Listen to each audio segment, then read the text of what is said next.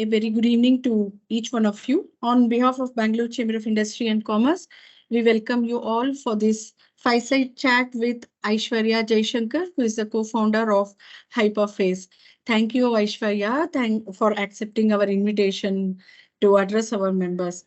The session is organized under the aegis of Startup Expert Committee that is chaired by Dr. Lakshmi Jagannathan, who is the CEO of DERBI Foundation, co-chaired by Ms. Soumya Kushwaha, Mr. Vijetha Shastry, and mentored by Dr. Krishnashree Achuthan.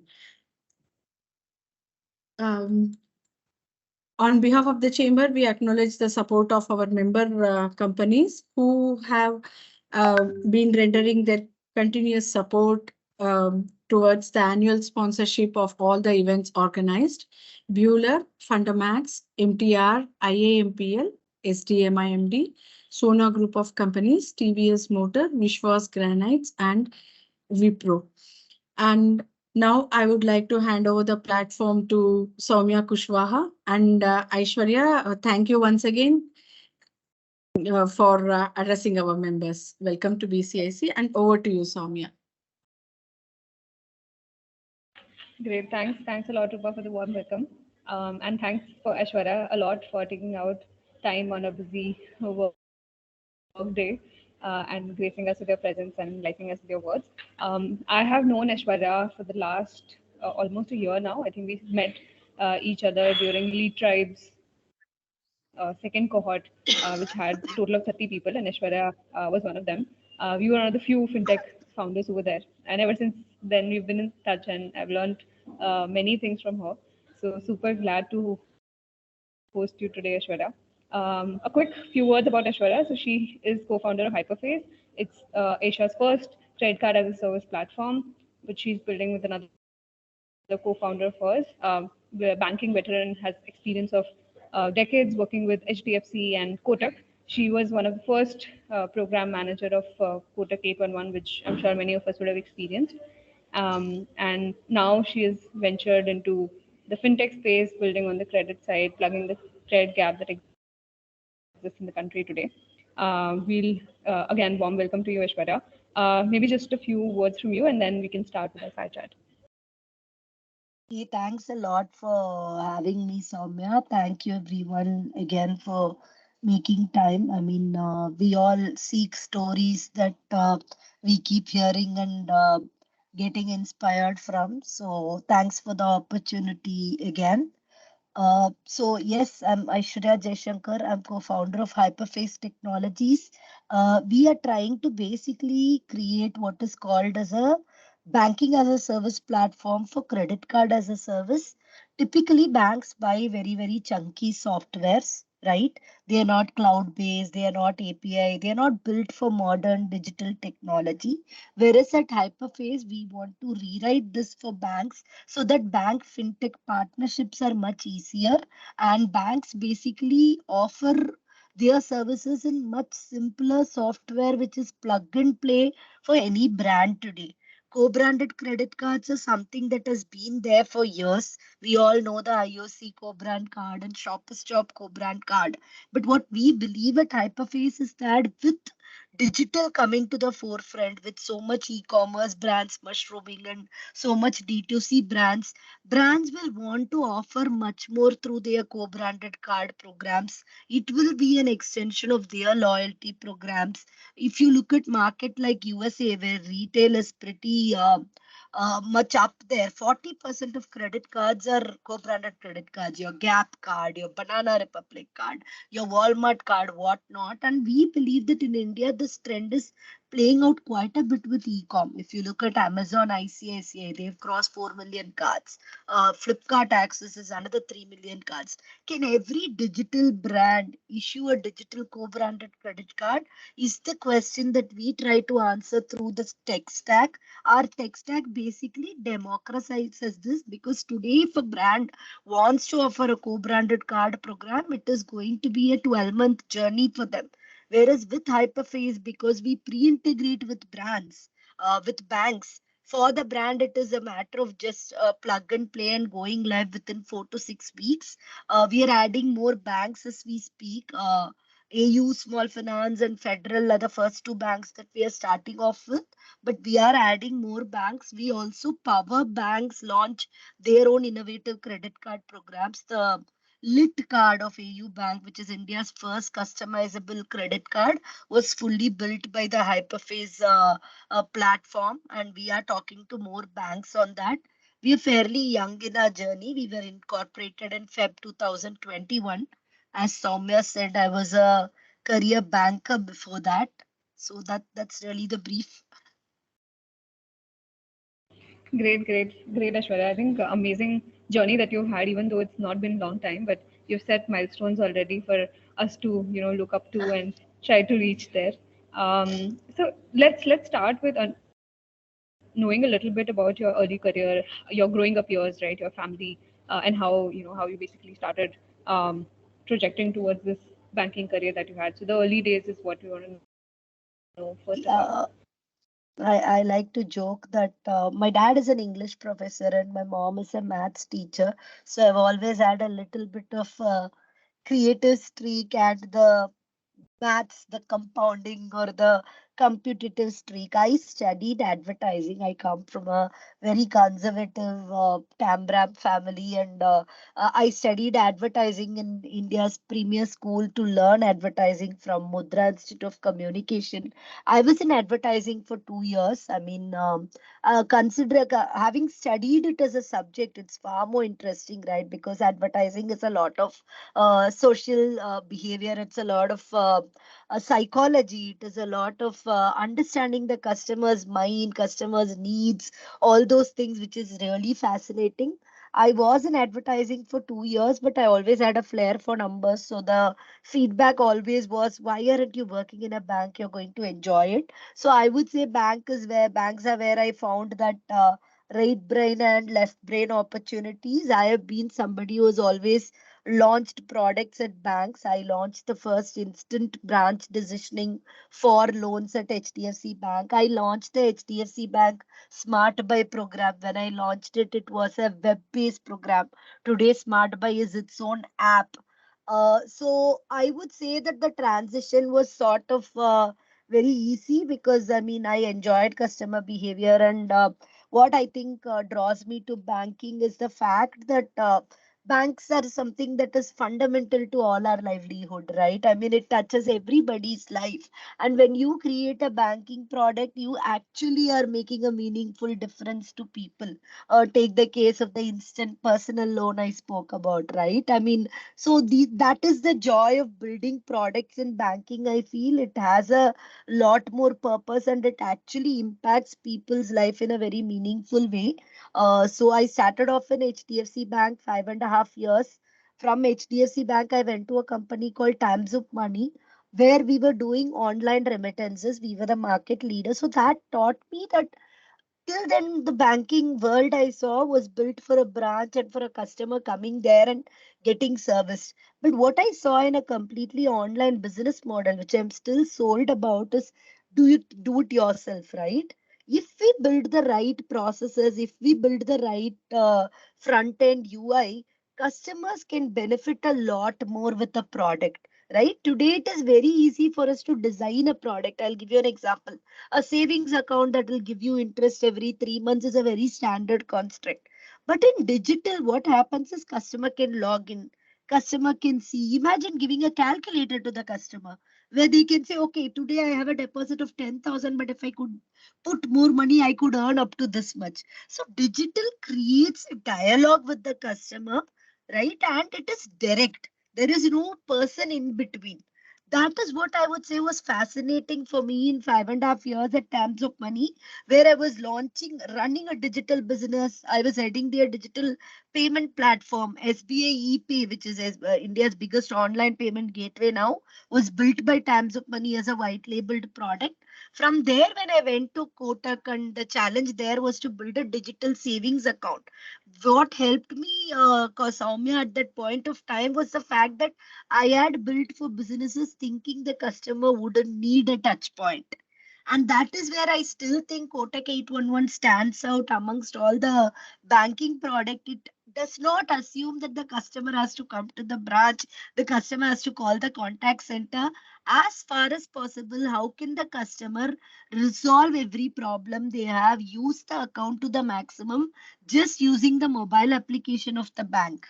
Right. And I think that is where today digital banking is going towards. And the wave of COVID really helped. While it was a bad thing that it happened, but what it has done for technology adoption and digital transformation has been immense. We have started respecting customers' time a lot more. Every business is today thinking of how do I self-service the customer.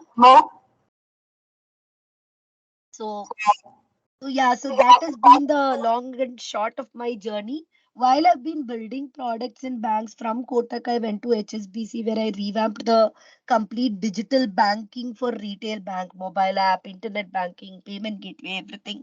And somewhere a confidence builds just right, Soumya, that 0 to 1, if I can do within as an entrepreneur, what would it take to do it as an entrepreneur is what the key does. And as somebody who's always launched and who's always wanted to build new things, to me, startup seemed like the next segue. I quit my job and started consulting neobanks, which was useful because that's when I realized how difficult it is for fintechs to go work with banks. To go do a simple integration with multiple bank systems is so complex. And today, that is what we are trying to do at Hyperface to see how we can make fintechs or our brands as a whole to integrate with banks in a really easy, fast manner. So that has been my journey. I would say I started off as a consumer marketing professional first, banker next, and technologist last. But today, I think all three come together very beautifully. I mean, my ikigai, so to speak, where my passion meets my purpose, and I really think that there is so much technology can help us achieve in the context of banking and financial services. And I'm very happy to be building in this space and building with technology here. Interesting. No, I completely agree with you. I think when it comes to banking, right, as you were highlighting how it touches everybody's life, it has become such an integral part of our life that we can't imagine even a single day without banking. If the bank is not working, literally you find out the next minute, right? So today I've been, for example, facing issues with one of my portals, and some of my clients are waiting for us to make those payments. But yeah, it's just so integral that we can't live without. And it's surprising to know that even today there are parts of India where these kind of services are not easily available. It's just unimaginable for us to think about how their days go by. And that's where technology can come in handy, because irrespective of banking, water, electricity or not, everybody has access to internet today. And that's where Correct. something like what all of us are building here can be very helpful. So Aishwarya, you were highlighting some of the challenges that you had faced during your banking career, whether it was the hefty kind of technologies that we're using, or slow integrations and lack of access to these latest technologies and so on. So what basis your first-hand experience and over your years of experience, what is it that you found to be the biggest challenge in banks, which exists even till today, and what have been your learnings from there? I would say the fundamental mindset shift, right? What I said I got accelerated with events like COVID. Banks are not built to be digital first, right? Banks are built for branches. That's how they started, right? I mean, the whole banking operations today. Hey, can you all hear me, Soumya? Your screen froze for a moment there. Yes, I can hear you. I'm going I off can hear video. you. Is that okay? Sure. So the banks have all been built for a branch, for the customer coming to them, and for a large operations team, for a large call center team, right?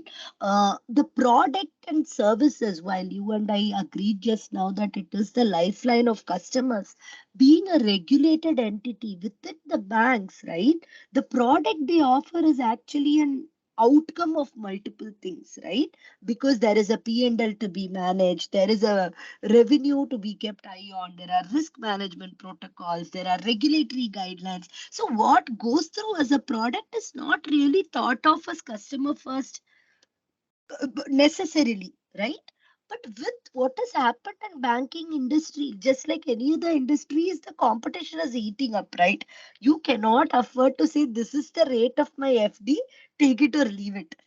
So banks have been forced to soul search, forced to find newer models, and I would count myself lucky in the sense that the last 15-20 years that I have been part of Indian banking, we have seen a wave of digitization that has hit and the wave of this realization.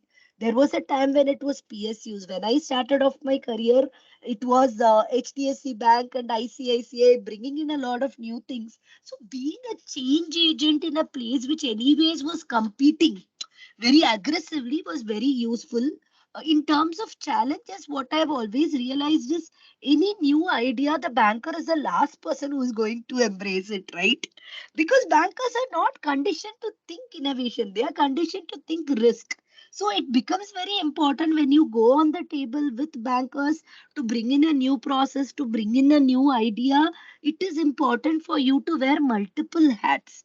Unlike typical innovation where you just wear an innovator's hat, in a banking product, in a financial service product, you need to wear a risk hat, you need to wear a compliance hat, you need to wear an operations hat and say, how is this going to make life of the ops person easier? So, all these multiple hats you have to wear and you have to convince multiple stakeholders. So, when a particular, for instance, an instant loan decisioning requires sign up from the underwriting team, it requires a sign off from the compliance team, it requires sign off from the bank's internal data team because they are the ones who are pulling out the data. And imagine convincing such a large amount of stakeholders on the benefit to the merits of the product.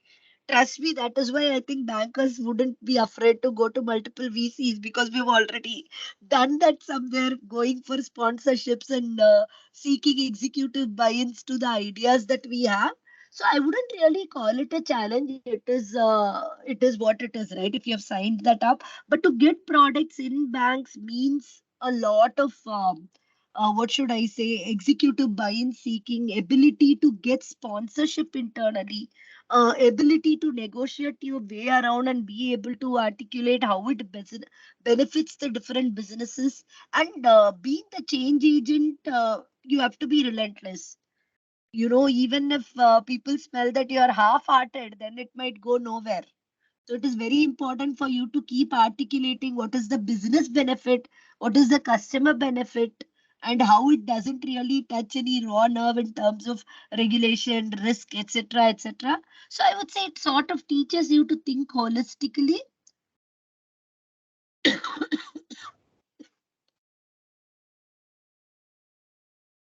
Yeah, no, I can 100% relate with it. Even as a fintech, right? Banks, I'm sure, are at a next level of keeping eyes open, ears open every time. But even as fintechs, you have to be cautious and careful about so many things. It's like walking on a tightrope, and you have to take multiple stakeholders into account. Make sure that that whatever we're launching fits in properly from all angles that we can think of. Now, you mentioned that you started around Feb of 21, right? So that's been almost about 2 years.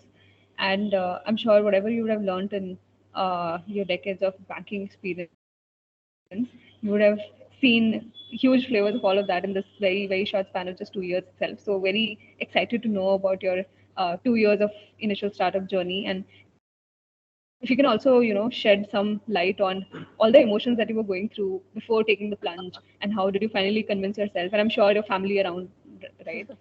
You have kids, Yeah. so that's another responsibility that comes. So how did you finally take the plunge, and what all went behind? I think a bit more on the family side. I have a 14-year-old and 10-year-old. I have a super supportive spouse, parents, in-laws. I think so to bring up the kids and everything, touch wood, I've been very lucky. I also have a fantastic domestic support system. My nanny has been with me for since the time my son was 5, 6 months old. So touch wood, the support system part was always well taken care of. But I guess where I got lucky is the fact that I was somebody who was always going in and getting things done, right?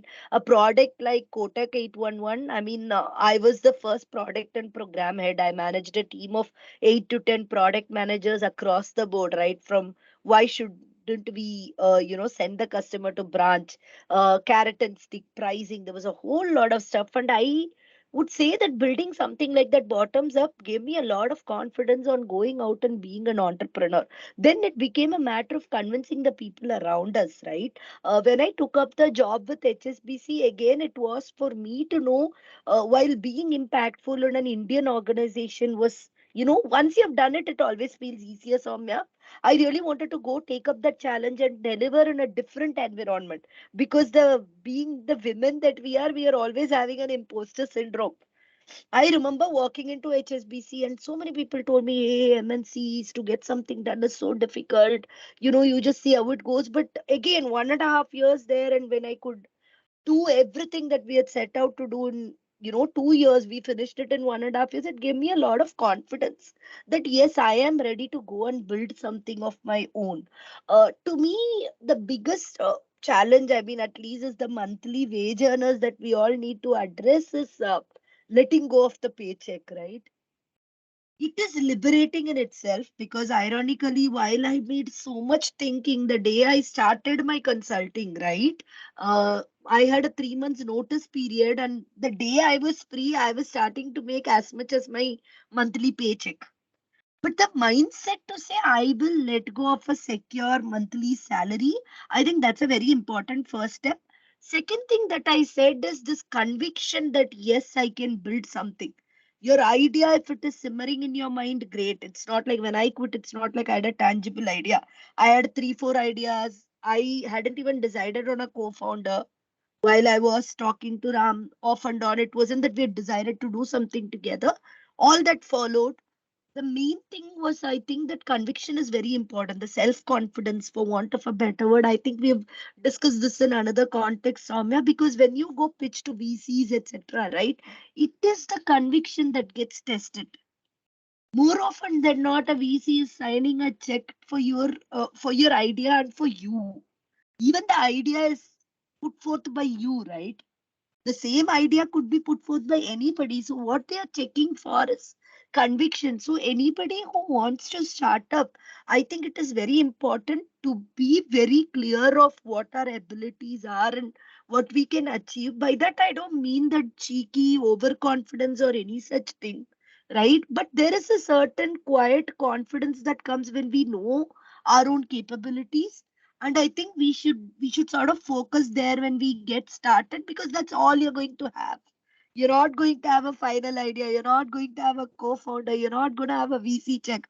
All you'll have is yourself and the belief in your abilities. So when you're ready, when you know that you can put yourself out there and convince people that you can build something meaningful, I would say you should get out and get started. I think even compared to 2 years back, now I see so many more programs, right?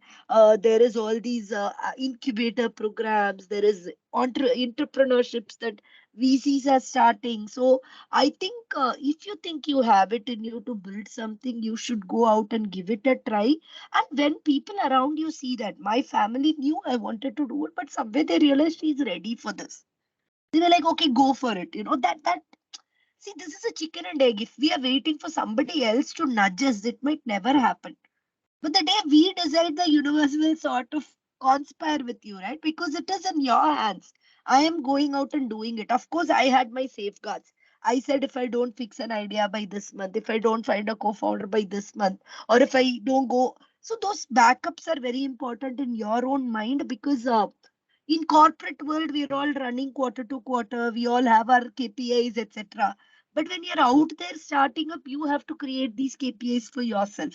You need to have those measure of success bars. Okay, I'm hitting here. Okay, here I could have done better. That self-evaluation, I think, becomes very important when you start up, because there's nobody else doing all this for you, unlike a corporate setup. Yeah, no, I agree completely with you. And we ourselves have been about a year old now, and now we are realizing the most importance of setting up KPIs in place, because the most difficult to be accountable to is yourself. It's very easy to be accountable to others, but when you don't have anybody watching over you, obviously you have to you have investors who, once in a while check in with you and you keep sending them updates, but then there's nobody sitting with you and asking questions, right? So, and that's when you need to start asking those questions and set up those measurements in place to make sure that you're on track. And that's something I'm sure would have been a drastic difference for you from your earlier days. But another thing which caught my attention was the fact that you were mentioning that you have to have that conviction. Just yesterday, I was reading about this one research where there were a group of two people, like 10. It was a basketball team. They had divided into two groups. One group was practicing every day for about 3-4 hours a day, 4-5 hours a day, and this they did for about 10 days. And the other group was not practicing at all. They were just watching a video of a perfect basketball shot every day for a few hours. And at the end of the whole research period, the end of the 2 days, when there was a match between the two teams, actually the one which did not practice and only saw that perfect shot being made won, because they built that conviction. Basically, they were working on building that conviction that they can do it, even though they didn't get a chance to practice. And I think as an entrepreneur, that's very, very important, because we never know what's going to lie ahead in our journey. Whatever it is today can change suddenly. We've seen the examples of Slice and so many more, right, who have built such great, vast empires and have still just not been able to foresee what's coming next. So it's just so important to know that you can do it. So great learnings from you on that as well. I would like to also for you to throw some light on the fintech landscape in India today, given that you've been an integral part of it and you've seen it very closely, both the banking side as well as the fintech side.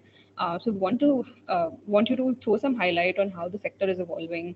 What are the interesting themes that are emerging, and what is it that unique insight on which you built Hyperface, and what are some of the other interesting areas or aspects that you see around? See, I think a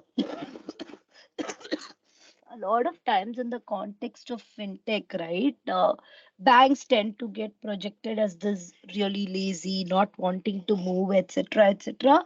I'm not sure how much of that is even true in Indian context, right? We have a very robust regulator, right? If you go to Europe, if you go to US, money transfer between two banks still takes 4 days. That's really where other markets are. Whereas in India, we are talking about real-time payments. Look at your mobile app. Look at the functionalities your bank today gives in your mobile app.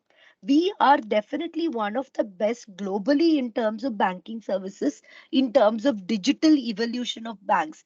Now, it puts that whole fintech equation in a special question because on one side, you have banks which are digitally very advanced. On the other side, right, unlike other markets, our regulator is not really very friendly for anybody who's not a bank to do a lot of things. We have two regulatorily acknowledged versions. Banks, within banks, you have all the different, what do you call, variants or small bank, payment bank, whatever, whatever.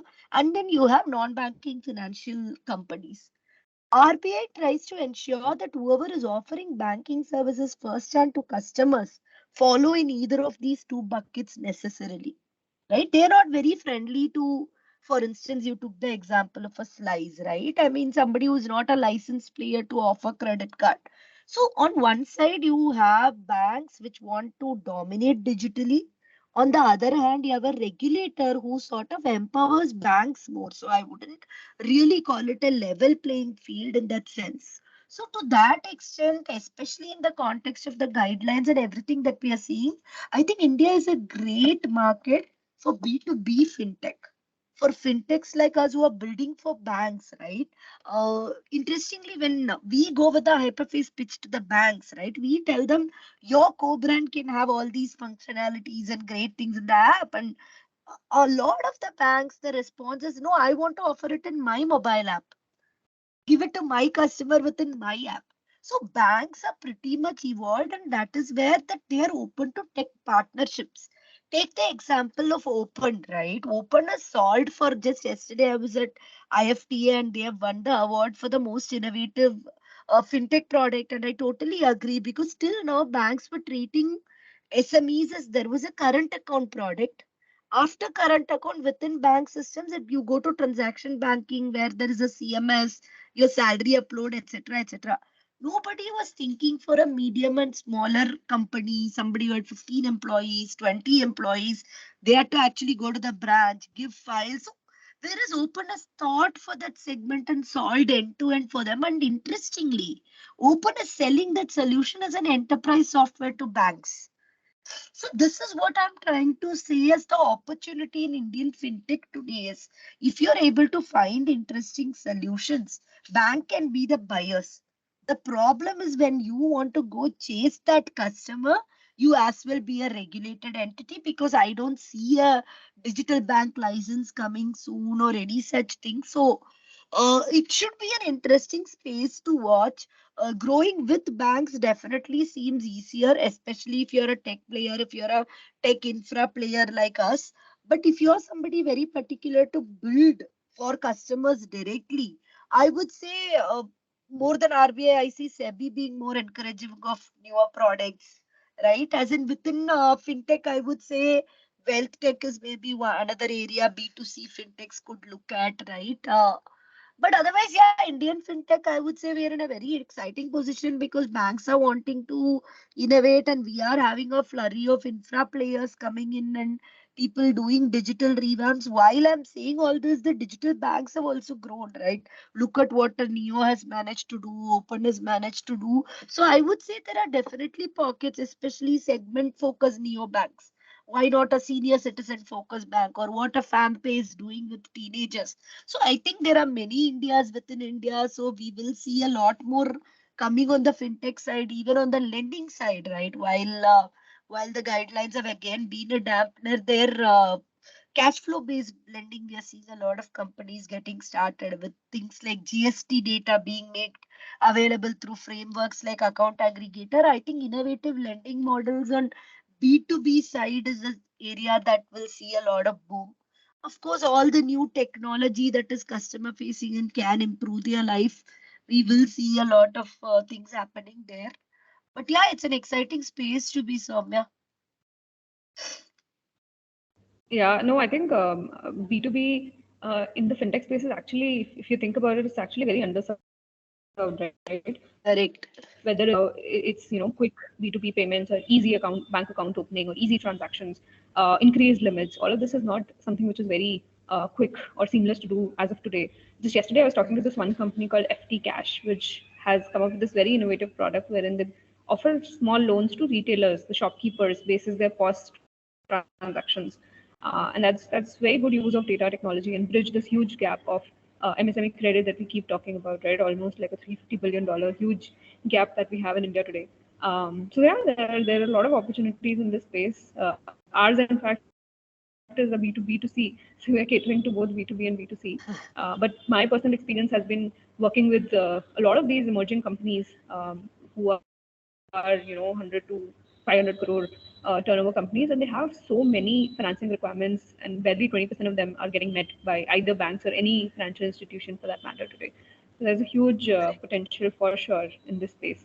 Um, and I'm sure Hyperface is going to play a very key role in plugging some of those solutions which don't exist today.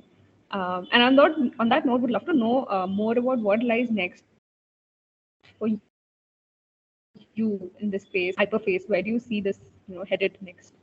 So we are in the middle of our first few co-brand implementations. As you rightly said, see, today credit cards itself, right? I mean, we just have 80 million credit cards for a country of 1.3 billion. In a market like US, which is again more developed markets know to use credit wisely. The whole thought process that credit is bad is a very bad narrative. Credit is good if you know to use it well, right? So it is the responsibility of the larger ecosystem to create the necessary safeguards and educate the customer rather than trying to say, oh, we won't give credit, credit is bad. Right. So we believe that this 80 million credit cards in itself has an opportunity to go to 200, 300 million. In US, an average customer holds 4.5 credit cards. In India, that number is 0.05. just take a moment for it to sink in, right? As economy grows, right, this kind of products will become win-to-win for everybody. Even UPI on credit is coming up. So we feel that there is a definite need for transactional credit in the country, a pay later or a credit line on UPI or a credit card, or all different variations of the same, and Hyperface as a stack to support all these different products. We also really believe in alternate database underwriting models emerging. What stops a e-com who knows your purchase record for the last 2 years, has been delivering products to your address to act as your address verifier as well as your underwriter with the data they have, right? So we want to enable more of such relevant partnerships between brands and banks as well. So yes, otherwise as a company we are fairly young, immediately focused on getting going to our first few co-brand implementations and taking it from there. But idea is to definitely go global one day, add more markets, etc. But definitely totally sold on the India credit story to begin with, and we see this market being pretty huge in itself. Got it, got it. Very interesting insights, Ashwarya. In B2B space, I'm sure this is going to emerge very big very soon. One very simple signal is so many all financing platforms that have come up, right, to compete with traditional NBFCs, banks, and so on. And almost all of them are now also seeking to partner with NBFCs to make the market even bigger. That's a very positive signal in the space. Um, Aishwarya, I think would love to just get your 2 cents of advice on how somebody should think of a career switch from corporate to starting up, irrespective of where they are in their journey, and any special pieces of advice for our women entrepreneurs in the room. That will be helpful. I just love to say this. Just forget that you're a woman when you're in your whatever, right? I don't want anybody opening doors for me. I don't. I mean, I'm as much as professional on the table as anyone else is. What I would like to think that worked for me and will work for everyone as well. We are when we are out there competing, we have to be the best next to anybody else. I think that is really how you excel, right? I mean, so as long as we have that thinking, our gender, our differences shouldn't matter in my mind. In terms of entrepreneurship as a whole, I think in my mind, entrepreneurship is actually a lot of ownership, right? I mean, ultimately it boils down to that. Even within the jobs that you do, if it's a corporate job, how much are you acting as a owner, or how much are you a pass through? Somebody asked me to do something, so I am doing that something. I'm not sure if you're going to be a great entrepreneur, but if you're somebody who will ask questions, who'll own the idea, and who'll ensure that it is delivered in the best possible manner, I think then you definitely have it in you to be an entrepreneur. Have the right motivations. A lot of people tell me, oh, मेरे को boss के साथ जमता नहीं है, I want to start up. That's really not your motivator to get started up. If it is not the boss, it will be your VC. If it is not the VC, it might be the smart person that you hire. Motivation has to come intrinsically, right? Ability to push ourselves, ability to want to do something will have to come from inside, and then these external pesky factors will not affect you because you're pushing yourself more than the rate in which they are pushing you. So I would say that to me, entrepreneurship is not just an escapism from a corporate job or anything. It is about the conviction to build something enduring, something larger than you. Because we are also seeing a whole lot of founders getting attached to what they build. From day one, I would have loved to think that Hyperface is going to be something much bigger than me. I think that is important for each of us as we step out to build, to think that what we are building has a life of its own and it's one day going to outgrow and outlive us. I mean, look at the institutions like Tata or PVS or any such places, right? They have outlived the founders, and that is what the great organizations are about. See, and if it is self-employment, it's a different game, right? And to be entrepreneurship in its nature has that enterprise. You are building for an enterprise, for an organization of people. The second thing I feel entrepreneurs have to have, I mean, these are things that life is taught, so to speak, listening skills, patience, because especially building on fintech side, Soumya, as you know, it's not easy. Bank will disappear for weeks on end and then they'll come back and say, I need it yesterday. Empathy to people who are building with you, building around you, as well as your team, everything. But I think more than anything, if you believe that you have it in you to do something new, something great, something that will keep you excited and excite other people. Because remember, entrepreneurship is also hiring the right people and making them feel part of the mission. Then you should go for it. But not necessarily only because I don't like my day job. Don't come in with that thinking. And being women, I mean, not in the career part, in the personal life, I think it is important to create those support systems I spoke about, right? As in, uh, be a little ashamed or unashamed to outsource. If you have kids, right? I mean, if your kids will have sports days and annual days, you might have to prioritize, and we have to develop the mental muscle to say, okay, right now, this is what is important, and I focus on this. Sometimes it might mean you making certain sacrifices, but I guess that's inevitable for balancing. I wouldn't really use the word balance, because I have realized that different times different things need your attention. Just give the full attention at that time to whichever it is. Yeah, I think balance is the most misused word. Right? Harmony is what people should strive for, and as long as that is there, I think we should make peace with it. But I personally think that you're very courageous. Honestly, I could take this risk because I just keep telling people ask me why, how could you do it at this early stage, and I was like, this is the best and the easiest stage to do it in. The further away I go from here, it's only going to be more risky. So I truly have a lot of respect for you to do this, and thanks a lot for taking time out today. This has been wonderful. I think Abrar had to say a few words, but I'll just hand over to you, Abrar, in a minute. But Aishwarya, this was very, very wonderful.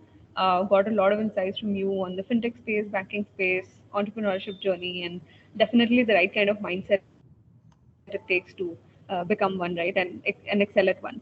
So thanks a lot and congratulations on building Hyperface. I think it's doing wonders, and wish you all the best for your journey ahead. And we'll stay in touch. Thanks, Soumya. Thanks a lot for having me. Thank you, Soumya. Thank you, Great. Aishwarya, for that insightful session. So, uh, I'm here to talk about the startup awards, which are organized by Bangalore Chamber of Industries and Commerce. So, this year's awards are implemented by DERBI Foundation. So, DERBI Foundation is an implementation partner for the awards. So, this year's awards are focused towards the tier 2, tier 3 innovators and entrepreneurs across Karnataka. So the last two editions were across India, but this it is focused to the Karnataka as a state, and especially tier 2 and tier 3 entrepreneurs. This year we've got six categories: women-led, social innovation, student entrepreneurs, corporate entrepreneurs, deep tech when it comes to hardcore technology. So request all the participants to log in to awards.bcic.in, or you can Google BCIC Startup Awards, and you can go ahead and apply. We are closing on the applications on 31st of December, and winners would be given mentorship by the stalwarts of the industry, connect with VCP firms, incubation support, 1 year free membership of BCIC, and of course there is a little bit of prize money also involved in it. Well, so BCIC has 800 plus companies. So maybe these entrepreneurs who have a product which is sellable to a corporate. So a corporate can become a client for a startup. So that's how you should look at it as. And also you will get a free membership of BCIC.